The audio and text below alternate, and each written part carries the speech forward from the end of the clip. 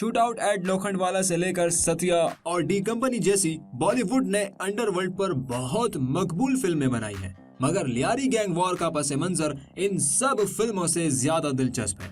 ये बॉलीवुड की किसी एक्शन फिल्म का मंजर नहीं है जिसमें एक गैंगस्टर शहर पर हुक्मरानी के ख्वाब देख रहा हो, बल्कि ये एक जीती जागती हकीकत है। लियारी गैंग वॉर की इस कहानी जिसमें एक्शन भी है, मारधाड़ भी है और कत्लो गारत के दिल दहला देने वाले मनाजिर भी हैं।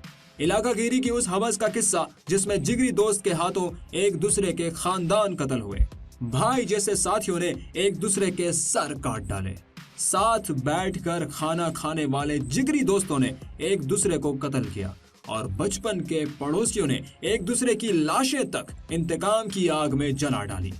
नस्लों से नस्लों को मुंतकिल होने वाले जुर्म के इस धंधे के तारीखी पसे मंजर को खंगाला जाए तो रोंगटे खड़े हो जाते हैं। बात कहानी के ड्रामाई मोड़ से शुरू की जा सकती है, तो ये ड्रामाई मोड़ आया कब, लियारी गैंग वॉर क्या है और इसका आगाज कब से हुआ।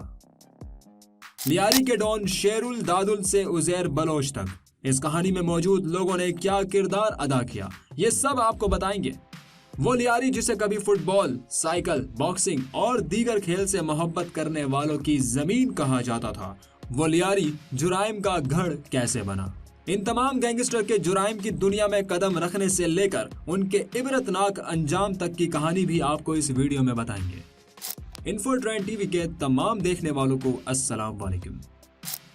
दोस्तों, लियारी गैंग वॉर की कहानी क्या है? हो सकता है कि इस कहानी और इसकी हर बात आपको भी बिल्कुल किसी एक्शन थ्रिलर फिल्म की तरह अजीब लगे, मगर हमारी कहानी लियारी की कहानी है, रहमान बलोच के गैंग की कहानी, बल्कि लियारी गैंग वॉर की कहानी। एक नहीं बल्कि कई नस्लों के दरमियान ताकत के हुसूल के लिए बेरहम कशमकश की कहानी। कराची के इलाके लियारी में जुराइम की कहानी कई दिहाई पुरानी है। यहाँ कभी शेरुल और दादुल का खौफ था तो इसकी तंगो तारीक गलियां अब्दुल रहमान डकैत, अरशद पप्पू, बाबा लाडला, उजैर बलोच और गफ्फार जिक्री के जुराइम की दास्तानों से भरी पड़ी है। लियारी की कदीम बस्ती जहाँ कभी जिंदगी महंगी और मौत सस्ती थी, मंशियात का धंधा खुलेआम था, गैंगवार वालों ने भी लोगों का जीना हराम किया था। पीपल्स पार्टी का घर समझा जाने वाला ये इलाका गुर्बत और पसमानदगी में सबसे आगे था। कई हुकूमतें आई और गई, लेकिन लियारी की किस्मत ना बदली। 60 की दिहाई में कराची के कदीम इलाके लियारी की तंगो तारीक गलियों में शेरुल और दादुल का राज था। अल्लाह बख्श उर्फ काला नाग, हुसैन ईरानी, बाबू डकैत और हाजी लालू ने जुराइम के धंधे को आगे बढ़ाया। बाबू डकैत हाथ पकड़कर 14 साल के अब्दुल रहमान बलोच को इस मंशियात के धंधे में लाया, जो आगे चलकर अब्दुल रहमान बलोच उर्फ रहमान डकैत बना। 90 की दिहाई के आखिर में रहमान डकैत से इख्तलाफात के बाद हाजी लालू ने अपने बेटे अरशद पप्पू के साथ मिलकर अलग गिरोह बना लिया। लियारी के मुख्तलिफ इलाके उन गैंगस्टर के जेरे कब्जा रहे जहां दूसरे गिरोह हमला करते रहे। अब्दुल रहमान डकैत और अरशद पप्पू की हलाकत के बाद लियारी गैंग वॉर ने एक और रुख इख्तियार कर लिया। गैंग वॉर अब अरशद पप्पू के करीबी साथी बाबा लाडला और रहमान डकैत के करीबी रिश्तेदार उजैर बलोच के दरमियान थी, जो इलाके पर कंट्रोल के लिए एक दूसरे के कारिंदे मारते थे। लेकिन इससे पहले ये जानना जरूरी है कि इस कहानी का आगाज कैसे हुआ। कराची का कदीम इलाका लियारी फसील शहर से बाहर सबसे पहले आबाद हुआ था। कुछ ही अरसे बाद इस मजाफाती बस्ती की आबादी हजारों तक पहुंच चुकी थी। देखते ही देखते ये इलाका कई बस्तियों का मजमुआ बन गया। उस वक्त इस इलाके में पीलू के दरख्तों की बहुतात थी। लफ्ज पीलू मतलब मिलाप, ये लफ्ज मिलाप के मायने में इस्तेमाल किया जाता है, जिसकी बिना पर इस इलाके को ले यारी कहा जाता था, जो बाद में लियारी बन गया। लियारी का इलाका कदीम बलोच और मकरानी तहजीब का आईनादार है। यहाँ सबसे पहले मकरान के वो बाशिंदे आबाद हुए थे जो जेवानी और पंजगोर से 18वीं सदी ईस्वी में अपना वतन छोड़कर यहाँ मुस्तकिल आबाद हो गए थे। बाद अज़ां अंदरून सिंध और दीगर इलाकों से भी लोग आकर यहाँ आबाद होने लगे। फिर एक ऐसा वक्त भी आया कि यहाँ की आबादी फसील शहर के अंदर की आबादी से तजावुज कर गई। बाद में फसील शहर को तोड़कर तमाम आबादी को यकजा कर दिया गया, जिसके बाद फसील शहर लियारी के नाम से जाना और पहचाना जाने लगा। दोस्तों, जुराइम के सफर के मरकजी किरदार अफशानी गली के दो भाई शेर मोहम्मद, जिसे शेरू कहा जाता था, और दाद मोहम्मद, जिसे दादुल कहा जाता था, इन दोनों के दरमियान घूमती है। लियारी में गैंग वॉर का पहला वाकया 1960 में 1960 में पेश आया, जिसके तहत दो गैंग इस इलाके में मंजर आम पर आए। पहला गैंग दादुल 3 भाइयों पर मुश्तमिल था, जिसमें दाद मोहम्मद उर्फ दादुल, शेर मोहम्मद उर्फ शेरू और बैखन शामिल थे। ये तीनों भाई लियारी के मुख्तलिफ इलाकों में मंशियात फरोशी के काम के साथ साथ सिनेमा के टिकटों की ब्लैक में फरोख्त करते थे, जबकि दूसरा गैंग नबी बख्श उर्फ काला नाग का था, जो मंशियात फरोशों का सरगना था। अब्दुल रहमान डकैत का बाप हाजी दाद मोहम्मद उर्फ दादुल और चाचा शेर मोहम्मद उर्फ शेरुल 1950 और 60 की दिहाई में सिनेमा हॉल्स में टिकट ब्लैक करते और नशा करते करते लियारी में मंशियात के धंधे के बेताज बादशाह बन गए। इसी दौरान उन्हें एक मजबूत मुखालिफ काला नाग का सामना करना पड़ा। काला नाग एक पुलिस छापे के दौरान फरार होते हुए गिर कर हलाक हो गया। काला नाग का बेटा अल्लाह बख्श उर्फ काला नाग 2 के नाम से जुराइम की दुनिया में मुतारिफ हुआ। उस वक्त हाजी लाल मोहम्मद उर्फ लालू और इकबाल बाबू उर्फ बाबू डकैत के मुखालिफ गिरोह सरगर्म थे। काला नाग 2 ने बाबू डकैत के गिरोह में शमूलियत इख्तियार की। लियारी में कश्त व खून का यही दौर था जब दादुल के बेटे रहमान डकैत ने जुराइम की दुनिया में कदम रखा। इसकी तमाम तफसीलात आगे चलकर बताएंगे। दादुल और काला नाग के गैंग में आए रोज झगड़े होना मामूल का हिस्सा थे।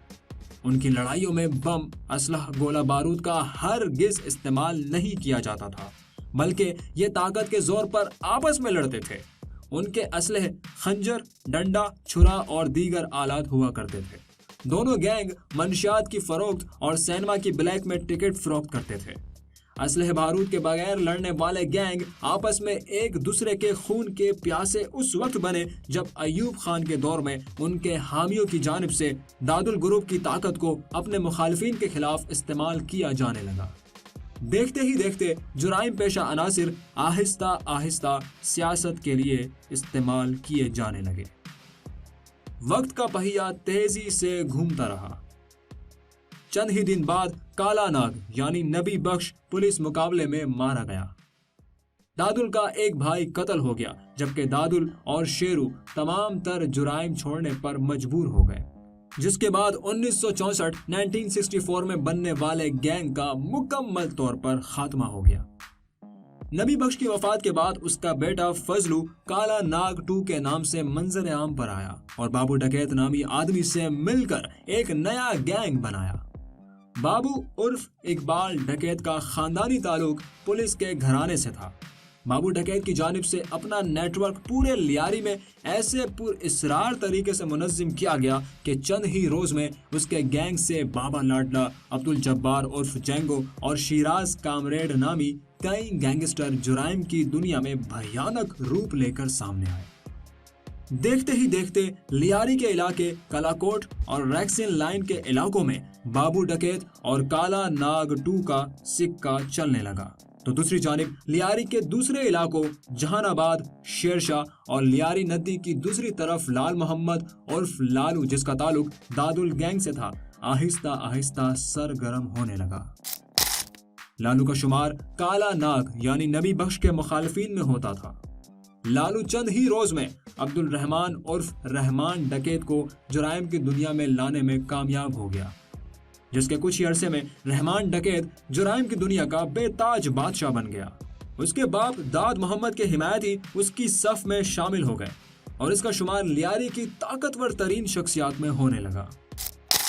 अफगान जंग के बाद आने वाले कलाशनकोफ ने गैंग वार की शक्ल तब्दील कर दी, जिसके बाद मंशियात फरोशी, अगवा बराए तावान, टारगेट किलिंग जैसे जुराइम में होश रुबा इजाफा होने लगा। कुछ अरसे बाद काला नाग 2 यानी फजलू भी अपने बाप की तरह पुलिस मुकाबले में मारा गया। बाबू डकैत के तैयार किए गए लड़के अपने अपने इलाकों में गैंग चलाने लगे, जिसमें उस्ताद ताजू दरियाबाद, शिराज कामरेड, ली मार्केट और बस अड्डे, जबकि राशिद रेखा बगदादी के इलाके पर काबिज हो गए। بعد میں بابو ڈکیت بھی اپنے مخالفین کی جانب سے فائرنگ کے واقعے میں مارا گیا، جس کے بعد لیاری کا پورا اقتدار رحمان ڈکیت اور لال محمد عرف لالو کے ہاتھوں میں آ گیا۔ عبد الرحمان ڈکیت کے نام کی سیاہی پوری لیاری میں پھیلتی چلی گئی۔ اب بات کرتے ہیں کہ ایک ساتھ کام کرنے والے گینگ کب الگ ہوئے۔ دوستو، پیسے اور طاقت کے حصول کے لیے بابو ڈکیت نے عبد الرحمان ڈکیت کے باپ یعنی کہ دادل کو اپنے راستے سے ہٹا دیا۔ دادل کی موت کے بعد حاجی لالو نے عبد الرحمان کو پروان چڑھایا۔ اپنی ماں کو اپنے ہاتھوں سے قتل کرنے والے رحمان نے حاجی لالو کی توقعات سے بڑھ کر کام کیا اور گینگ کو مضبوط کیا، اور پھر بابو ڈکیت کو قتل کر کے رحمان نے اپنے باپ کا بدلہ لیا۔ حاجی لالو کے ساتھ کام کرنے والے عبد الرحمان بلوچ عرف رحمان ڈکیت نے جلد ہی اپنی راہیں حاجی لالو کے گروہ سے الگ کر لی، اور ماضی میں ساتھ کام کرنے والا یہ گروہ اب 2 حصوں میں تقسیم ہو چکا تھا، اور ان دنوں ہی قتل و غارت گری کے ایک نئے سلسلے کا آغاز ہوا۔ دونوں گروہوں نے ایک دوسرے کے قریبی رشتہ داروں کو قتل کیا اور ایک دوسرے کو مارنے کی بھی بھرپور کوششیں کی۔ عبد الرحمان نے لیاری میں اپنی ایک نئی شناخت بنائی اور تیزی سے لیاری کے چھوٹے چھوٹے گینگز کو اپنے ساتھ ملا لیا۔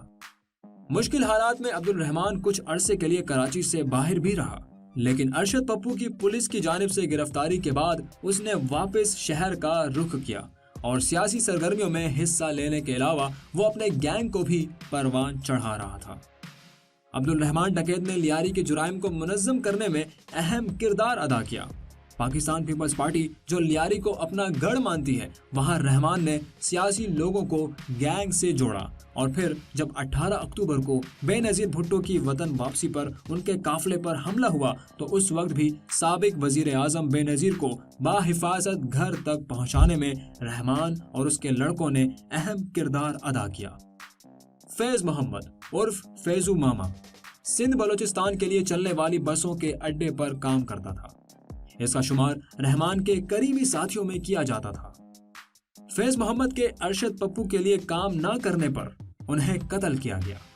فیض محمد عرف فیضو ماما عزیر بلوچ کا باپ تھا۔ اس زمانے میں عزیر بلوچ جرائم کی دنیا سے دور لیاری کے ایک ہاسپٹل میں کام کرتا تھا اور لیاری میں فٹ بال کا ایک بہترین کھلاڑی تھا۔ باپ کی موت کے بعد عبد الرحمان نے عزیر کو اسی طرح اپنی سرپرستی میں رکھا جیسے کبھی حاجی لالو نے رحمان کو رکھا تھا۔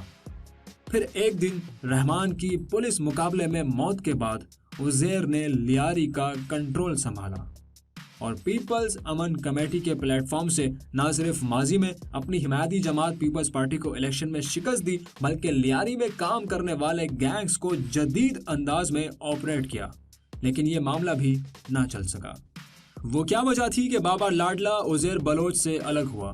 ارشد پپو کو کس نے مارا؟ عبد الرحمان ڈکیت کو کس نے پیپلز پارٹی کے اندرونی حلقوں میں متعارف کروایا تھا؟ یہ سب بھی آپ کو بتائیں گے اس series dark story of Lyari کے پارٹ 2 میں۔ جاتے جاتے انفو ٹرینڈ ٹی وی کو سبسکرائب کیجیے اور بیل کے آئیکن پر کلک کر کے آل نوٹیفیکیشن کو لازمی انیبل کر لیجیے تاکہ آنے والی نئی ویڈیو کا نوٹیفیکیشن کہیں آپ سے مس نہ ہو جائے۔ اپنا اور اپنے پیاروں کا بھرپور خیال رکھیے۔ اللہ حافظ۔